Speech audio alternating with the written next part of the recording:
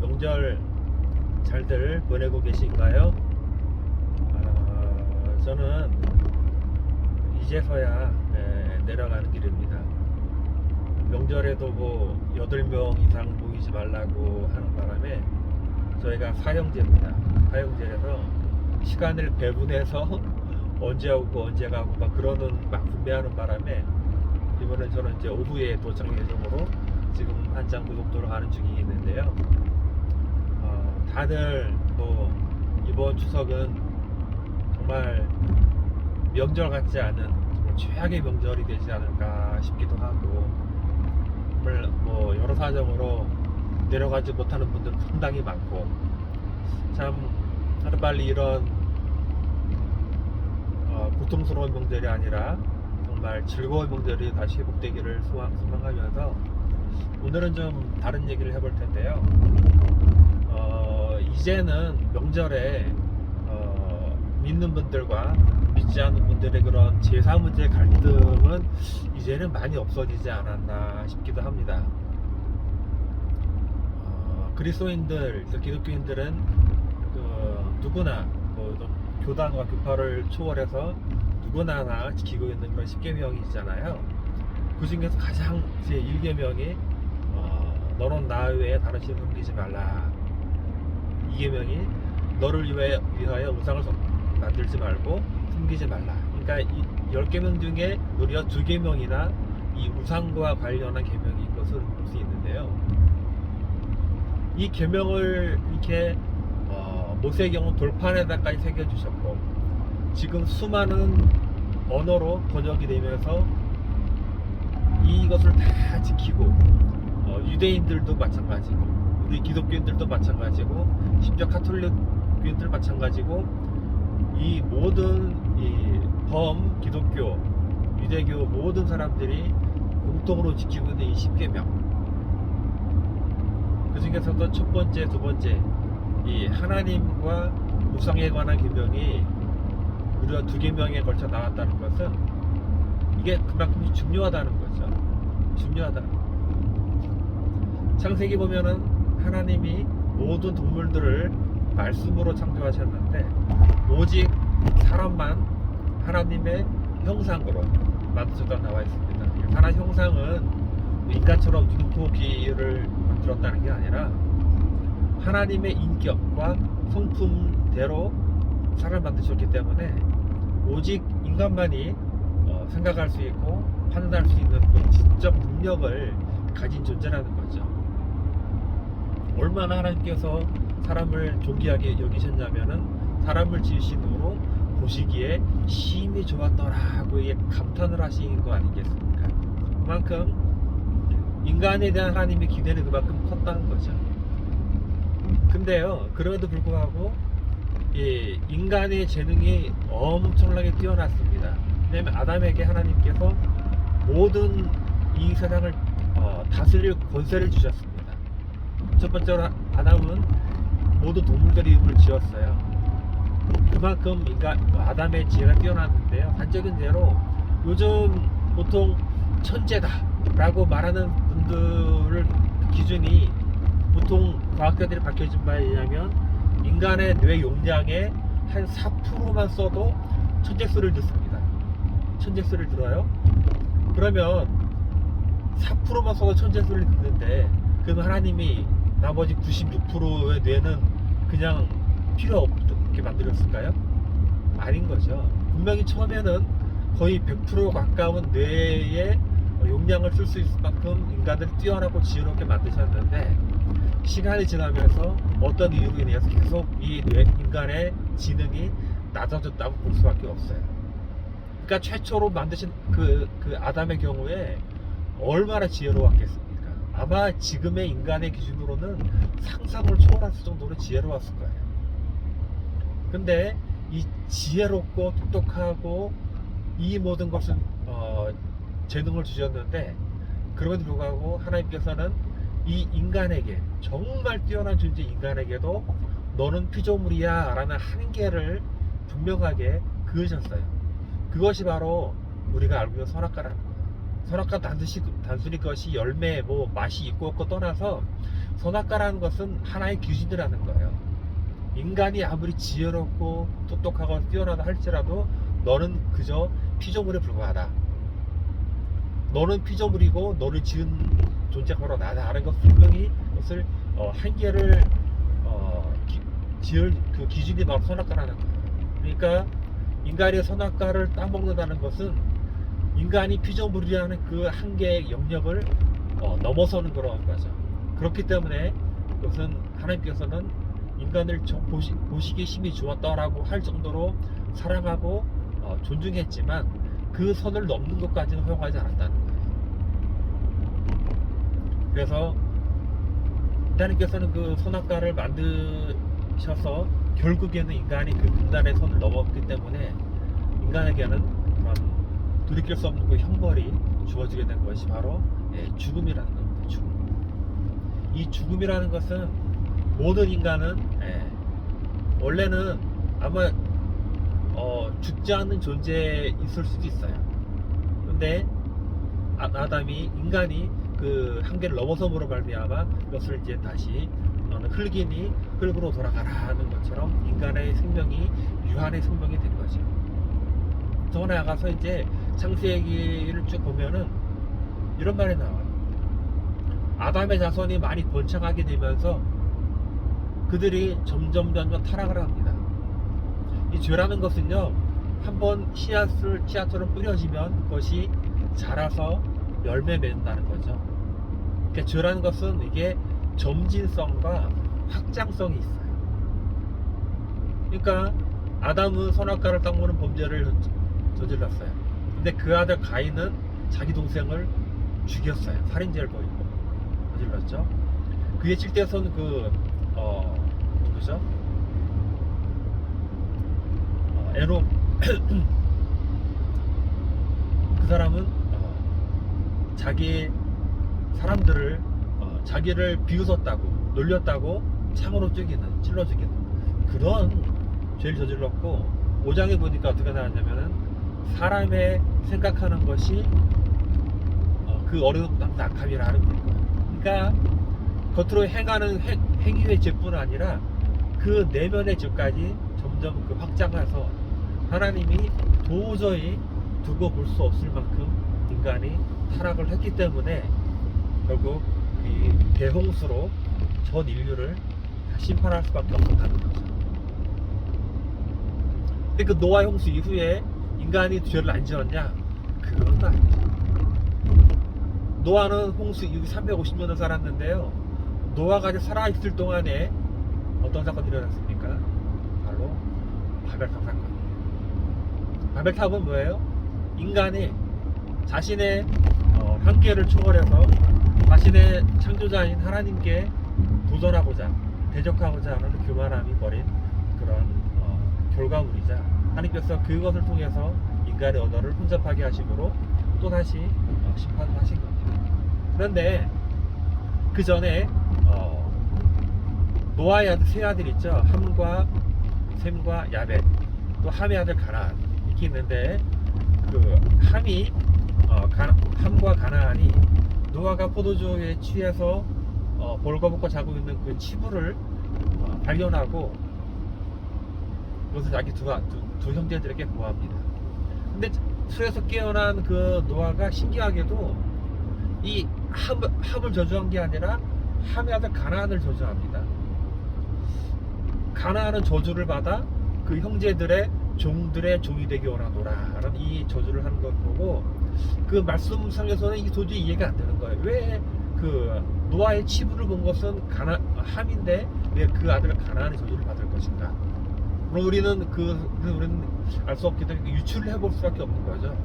분명히 함의 그 행위에는 아마 가나안도 동참했을 가능성이 높고 아마 그 이면에 우리가 알지 못하는 어떠한 그런 나쁜 음모와 그 술수가 아주 들어있을 거기 때문에 노아는 그것을 깨닫고 아예 가나안을 저주한 겁니다. 가나안의 족속들이 그 당시에 모든 죄의 근원이 됐다는 건데 아마 이 자기 할아버지로부터 이런 아주 엄청난 저주를 받은 가나안이 기분이 좋았을까요?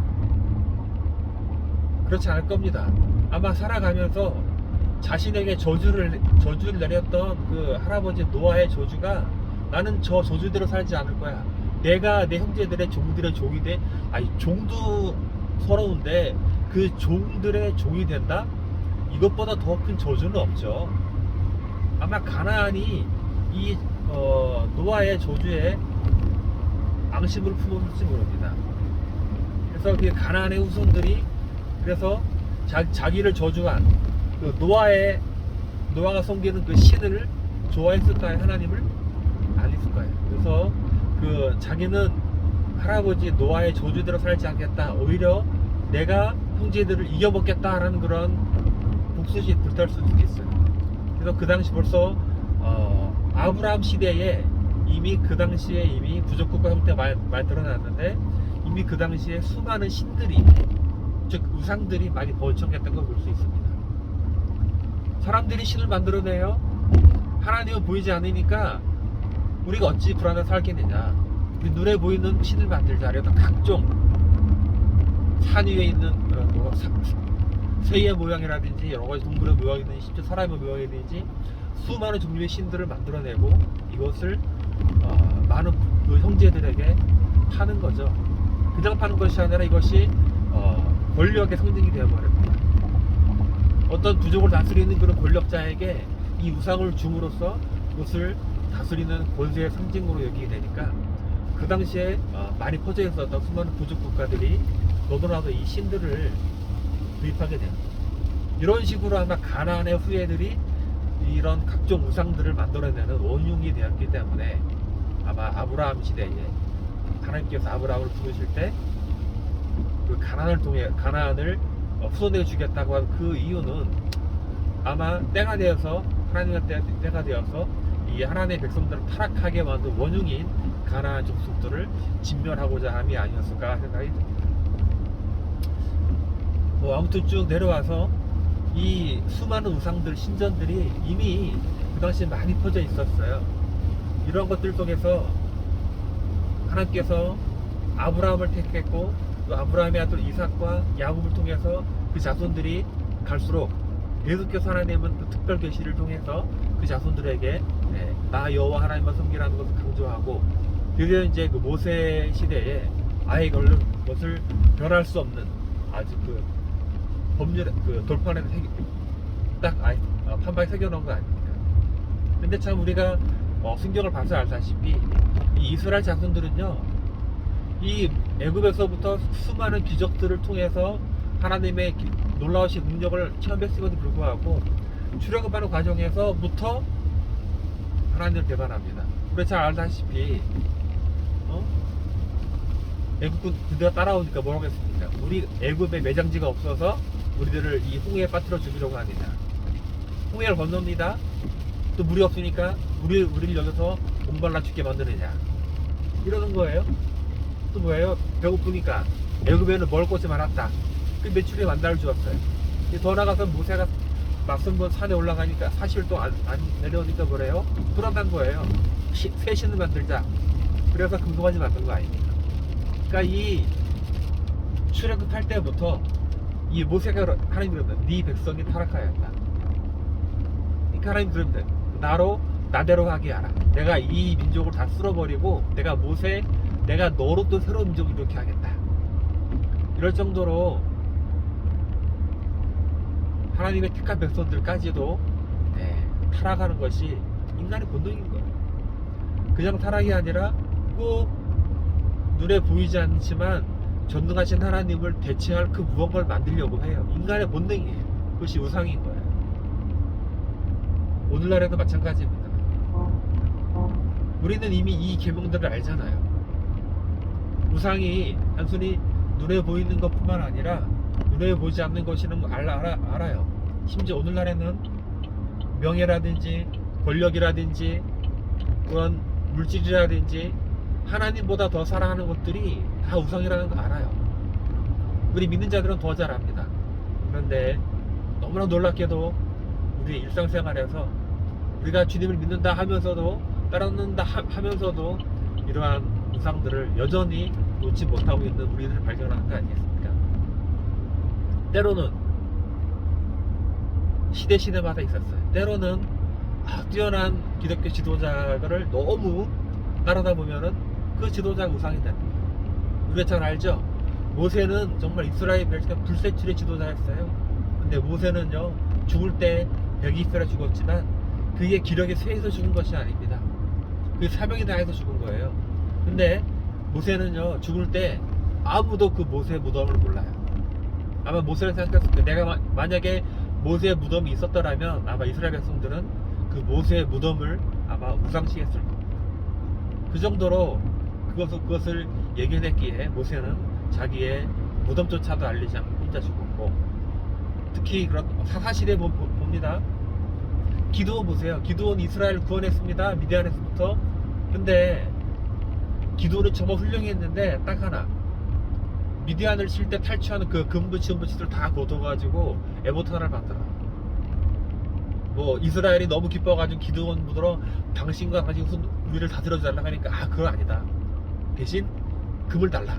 그 금 모아가지고 에봇을 만들었는데, 근데 그 이스라엘 사람들이 기드온이 죽자 그 기드온이 만든 그 에봇을 아주 우상시한 거 아닙니까? 이 우상 본능이 있는 거예요. 또 더 나아가 이스라엘 백성은 어떻습니까? 하나님 섬기면서도 항상 바알과 아세라, 아스다로 그런 신들을 교만 섬긴 거 아닙니까? 이런 본능들이 오늘날에도 분명히 있다는 거예요. 우리 믿는 자들, 기독교인들도 분명히 있다는 거예요. 우리는 정말 그래서 뛰어난 지도자들이 나오는 것은 정말 환영할 일이고, 정말 우리 이 난세에, 이 어려운 시대에 정말 사사와 같은 뛰어난 지도자들을 누구나 원하게 되어 있는데요. 뛰어난 지도자들이 정말 좋은 것은 맞지만 그러한 지도자들조차도 우상화하면 안 되는 거예요. 어차피 뛰어난 지도자 그 사람도 교만해지면 안 되는 거예요. 그도 하나님의 사람이고 피조물이 불과하고 죄인에 불과하고 자신의 한계를 명확히 알아야, 우리는 그 선을 넘지 않아야 우리는 제대로 할 수 있는 겁니다. 그런 면에서 우리 침례 요한이 정말 위대한 겁니다. 침례 요한은 예수님이 활동하기 전에 이미 광야에서 수업을 쌓았고, 그런 말 정말 그 청년과 그런 청년의 삶을 통하여서 과감하게 그 당시에 위선 덩어리 지도자들을 비판할 수 있었고, 정말 수많은 사람들이 따르자 많은 지도자들이 생겼어요. 심지어 바리새인들이 오실, 그러니까 당신이니까 당신이 메시아냐 하니까 나는 아니라, 나는 메시아가 내 뒤에 오시는 분이 메시아다. 나는 그 신발 끈 분도 그런 권한이 없다. 너무나 겸손하고 자신의 한계를, 분명히 그 당시까지만 해도 침례 요한의 인기가 예수님을 능가했거든요. 얼마든지 교만할 수 있었지만 자신의 역할과 한계를 분명히 알았기 때문에 그는 죽어서도 여자가 낳은 자 중에 요한보다 큰 이가 없다 하는 그런 칭찬받은 거 아니겠습니까? 그런 거예요. 예수님의 직계제자들도 마찬가지입니다. 그들도 위대한 일을 많이 했지만 자신들의 한계를 넘지 않았어요. 자신들은 죽고 예수님은 높이는 그런 삶을 살았기 때문에 그들이 죽고 나서도 역시 위대한 사도로 추앙받는 거 아니겠습니까? 그러나 기독교 역사 이후로 쭉 보면은요, 수많은 이단들이 많이 나왔어요. 근데 그 이단들의 교주들조차도 처음에는 굉장히 복음에, 말씀에 열심히 했던 자들이에요. 그러나 그들이 그러한 어떤 가르침과 그런 파워풀한 능력 때문에 높임을 받자, 그들이 그 높임을 계속 받고자 그 유혹을 이기지 못하고 교만함을 통해서 자기를 높이다가 그걸 자기가 이단화가 되고 교주가 되어버린 일들이 너무나 많고 비일비재했고, 지금도 그러한 일들이 우리나라에 있고, 우리나라만 해도 자칭 예수가 50명 넘는 거 아니겠습니까? 그러니까 하나님께 드려야 할 영광을 인간이 가로채는 그 순간 그는 벌써 교만하여 타락의 길을 걷고 있는 겁니다. 그래서 우리 항상 기도해야 됩니다. 정말 뛰어난 지도자, 위대한 지도자들이 우리나라 이 시대에 있다는 것은 정말 행복하고 좋은 것이긴 하지만 그 지도자가 타락하지 않도록, 교만하지 않도록, 자신의 한계를 분명히 할 수 있도록 그 지도자를 위해서 기도해야 되고, 우리 또한 그 지도자를 너무나 우상화, 신성시하지 않기를 스스로 다짐하고 결심해야 되는 것입니다. 그것이 이 시대에 꼭 필요한 지도자상이라고 저는 믿습니다. 이 정도 하겠습니다.